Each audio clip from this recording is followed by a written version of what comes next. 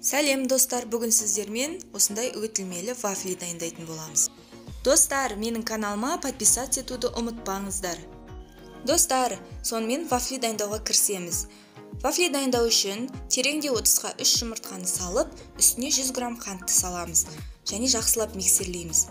Миксерленген массаның үстіне бөлме температурасында еріп тұрған 100 грамм сары майды саламыз. Сары майды салып болғаннан кейін де миксермен жақсылап араластырып тұрып миксерлейміз.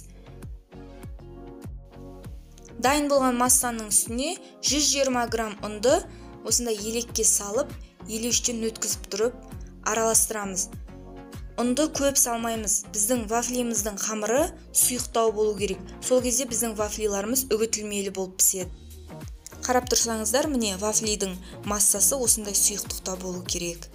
Дайын болған вафли массасын бір ас қасықтан қызып тұрған вафли пісіретін ыдысымызға саламыз. Міне өздеріңіз көріп тұрғандай осылай саламыз. Әр вафлидің пісу уақыты 30 секундтан. Қарап тұрып пісіреміз. Ашып қарап тұруға да болады. Ыстық күйіндегі вафлилардан өз қалауымызша әртүрлі формалар жасауға болады. Міне қарап тұрсаңыздар, біздің вафлиларымыз да дайын.